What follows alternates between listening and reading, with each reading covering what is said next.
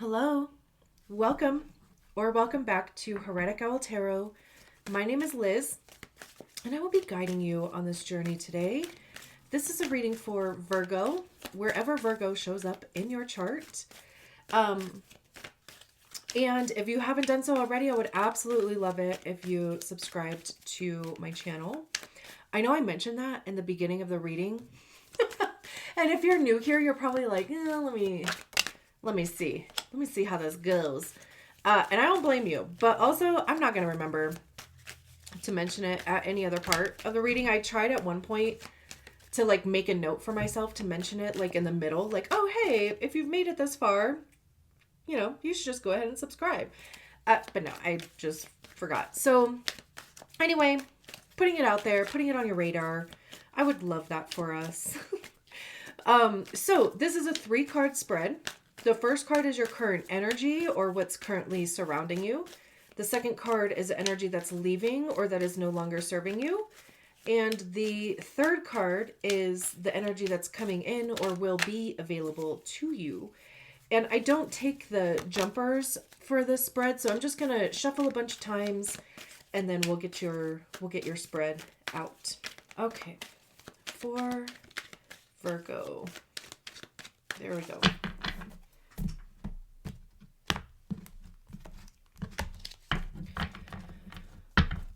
Current energy, 6 of Swords, what's leaving, the 10 of Pentacles, and what's coming in, the 7 of Swords. Interesting. We go from the 6 to the 7. That's, interesting. I say that so much. To clarify the 6 of Swords, we have the 9 of Pentacles. Also, we go from the 9 to the 10 of Pentacles. Bro. For one thing, it's not common to have one progression in the same suit in a reading. To have 2 though, dude. Oh my God. We have the 8 of Pentacles to clarify the 10 of Pentacles. And the 9 of Swords. And the 8 of Swords is... Okay. I haven't really been reading the bottom of the deck, but I'm going to leave it upright like that because what the hell is going on, Virgo? I mean, clearly you are moving through energy here, dude. Interesting. I mean, clearly you're moving through energy because we have the 6 of Swords to start. So the good news is I'm going to talk about swords as a whole, and then I'm going to talk about pentacles as a whole. I don't have to repeat myself. So swords have to do with our mind. Right? Our mindset, our beliefs, values, morals, truth, honesty, how we communicate those things, and also ego. I see swords as being part of ego too, because that's where we hear our ego. Okay. I'm getting all of a sudden in my head, I'm getting lost. That's where we hear our ego is in our minds. And our egos are created by the stories that we attach to feelings, to circumstances, to experiences, right? And it becomes the reasons why we do things, why we don't do things. We consume content, or we, see our surroundings. We're just, going about our everyday lives. Stimuli is going into our consciousness, and then it's being filtered through our ego, and then it kicks out a story, right? That's why everybody's experiences, everybody's realities are different based on, literally the whole of their lives. Okay. So pentacles have to do with our money, how we get it, how we save it, how we spend it. It's our time. Where are we investing our time?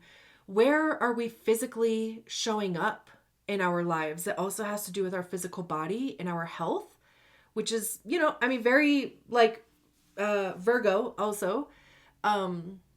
These are, of course, hello, earth cards. So maybe you have your earth heavy and maybe air heavy in your chart. You don't have to be, but, just interesting how these cards came out. And so literally anything tangible, anything that we place worth and value on, anything that you can touch. I think I mentioned the physical body. So, all right, Six of Swords is literally about like moving forward.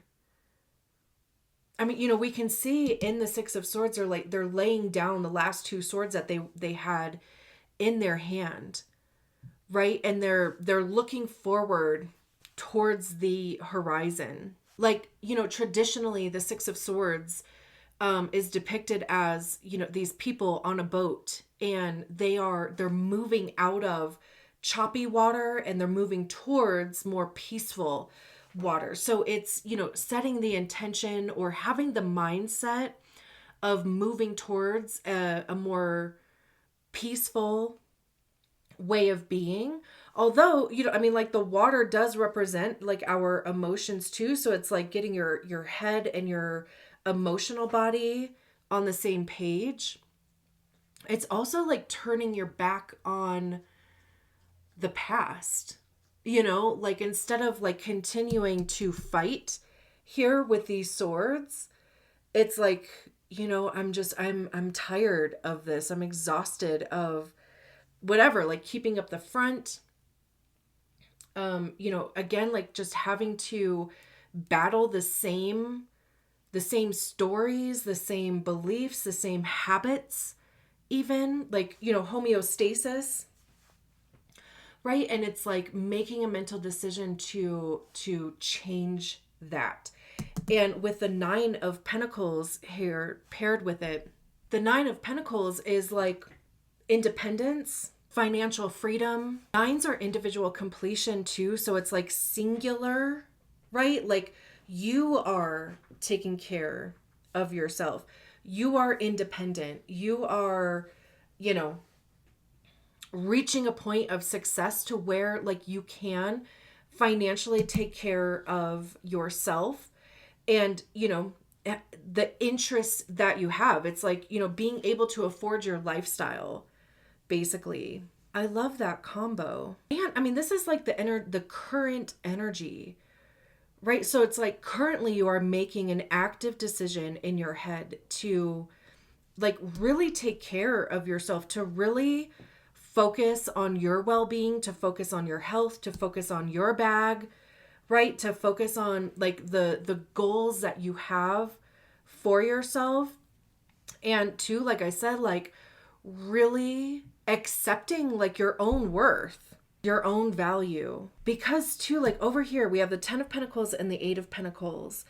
And that just, it's like giving me this feeling of like really working to establish like a sense of belonging. Or it's like this feeling of like being in spaces that maybe like you thought you were supposed to be in, or that you thought were going to add value to your life or make you feel a certain way about yourself.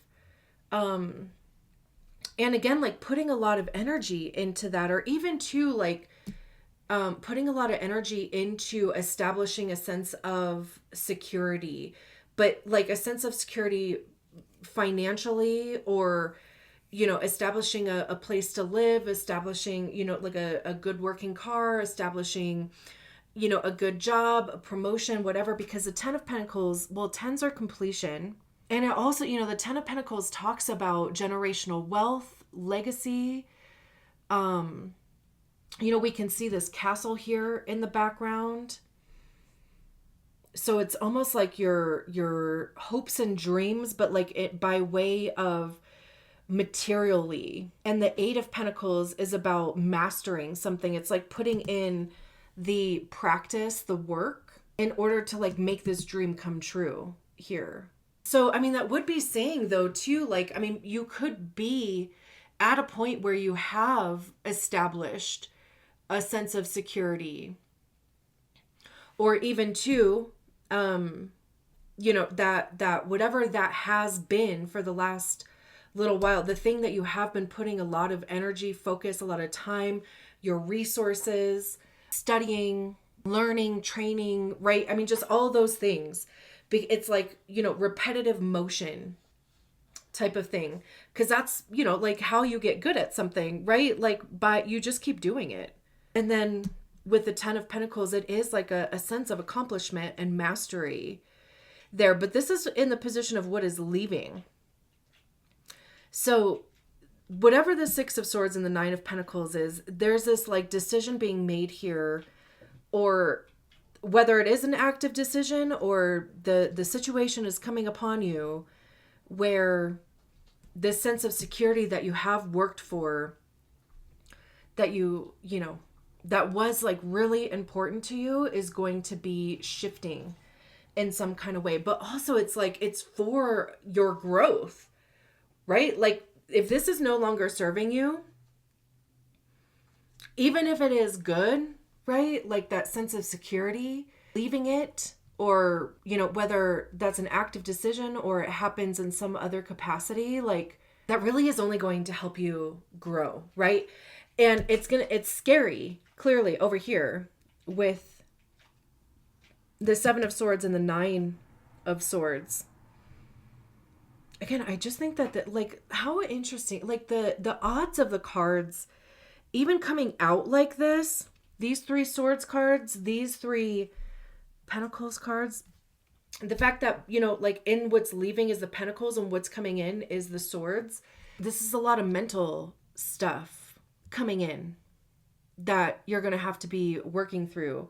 The 7 of Swords for me is the card of us fooling ourselves. It is a card of like betrayal, manipulation, because in the traditional depiction of the 7 of Swords, like somebody is like tiptoeing out of the enemy's camp with, like holding on to these 7 swords. And the idea is that the person who stole those swords did so to handicap their enemy, right? Because the enemy is going to be down 7 swords. So 7 people are going to be handicapped in battle, or, like in fighting. So it's like manipulating the odds, right? But, so, it very well could be that, but like I said, the 7 of Swords for me is the card of us fooling ourselves. It's, it's self-sabotage. It's having a certain perception of the way that things are going to go. And it could just be because there's this anxiety, fear, doubt, uncertainty that is coming up too.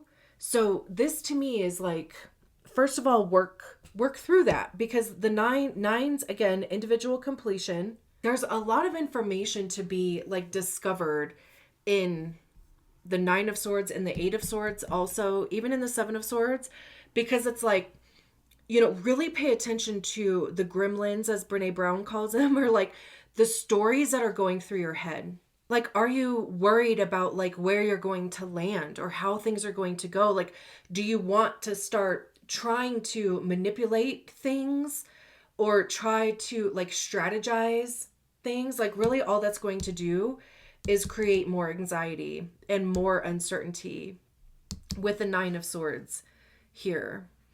Because again, the 9 of Swords is fear, it's doubt, it's anxiety. It's like the things that keep us up at night or stress us out.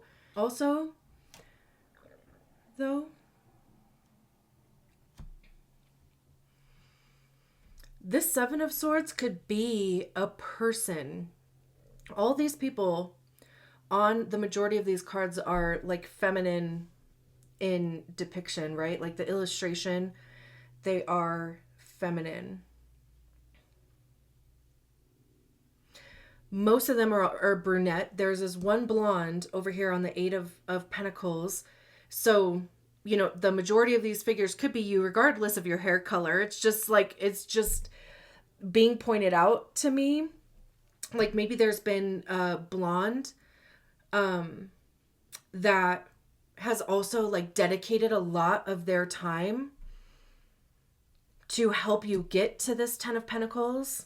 But the 7 of Swords, that is a masculine, like a masculine figure. So, there could be somebody like behind the scenes, because even like I'm sitting here staring at these 2 cards and, the person on the 9 of Swords is sleeping. They have this sword right in front of them. It's almost kind of like this crow put it here because they knew they were going to need it. And then there's this Seven of Swords guy who's like crouched down that would be like trying to sneak in. So just be cautious, I guess. It doesn't have to specifically be like a masculine person, of course, but like just be on guard a little bit with a masculine energy, even if it's a woman that's putting off, masculine energy. I don't know. I think it's interesting though. There is this protection that, these crows are giving to the person on the Nine of Swords. And all these crows have a sword in their hand, like they're bringing this guy swords. So I don't know. It could just be like energetically somebody, like they're vampire, like energetic vampires. Like if somebody is putting thoughts into your head, almost type of thing. Like, is there somebody that is a masculine figure or has a masculine energy, like an authority kind of figure that is causing stress? Just making little comments or, like maybe it's like they're projecting their fear and their uncertainty onto you and like kind of pressuring you to make decisions that you're not necessarily ready to make. Like, I don't know. It's interesting because again, like over here, right? So we have the Eight of Swords at the bottom of the deck. And that's like a self-inflicted mind prison to me, right? It's like, again, thoughts swirling around, all these crows are wrapping this chick up, which again is another brunette. I still feel like it's the same person on all these cards, right? But again, like she's not bound. She's one decision away from literally taking all of these ribbons off of her and walking away, right? So again, like there's a lot to be found in these more like mentally heavy cards because again, it's like, what is the story that is keeping you here? Right? Like, and I can understand because like having all these crows, like squawk around your head, that would feel very overstimulating, very overwhelming. And it would be hard to like take some breaths, right? Like trying not to focus on, the sounds that the crows are making, trying not to focus on, like being wrapped up and feeling trapped, right? So it's like literally like allowing yourself to get centered, get grounded, get a hold of yourself type of thing, right? But here's what's interesting is behind the Eight of Swords is the Knight of Swords. And what I find interesting is that it's a masculine figure. And this to me would feel like this would be information coming into you. The Knight of Swords is the fastest moving knight. Also, not to mention it's another swords card, right? So it's a belief. And again, it could even be a message or some sort of communication coming in. This guy like has been giving me knight in shining armor vibes every time I've seen him. And that's usually reserved for the Knight of Cups. But because it's like some information is going to come into you, maybe just out of the effing blue, that is going to help you through this situation or make, like your next decisions. And then the Lover's card is after that, which is Gemini, another air card. The Queen of Pentacles is behind there again with the Pentacles. The Lover's card is like making connections. Even too, like see how these ribbons now are like there's doves that have them in their mouth versus the Eight of Swords where, it's the crows that have this chick like tied up. So, yeah, I mean, this could definitely be relationship wise. It doesn't have to be at all. But, again, it's like making the right connections, things really coming together. I love that. I mean, what a journey this has been and will be. Just again, be very aware of your thoughts and also to just how much of an impact that has on like your life and your mood and your everything, right? So, okay, I'm gonna leave it there. Thank you so much for allowing me to go on this journey with you. This was so cool. I'll talk to you soon. Bye.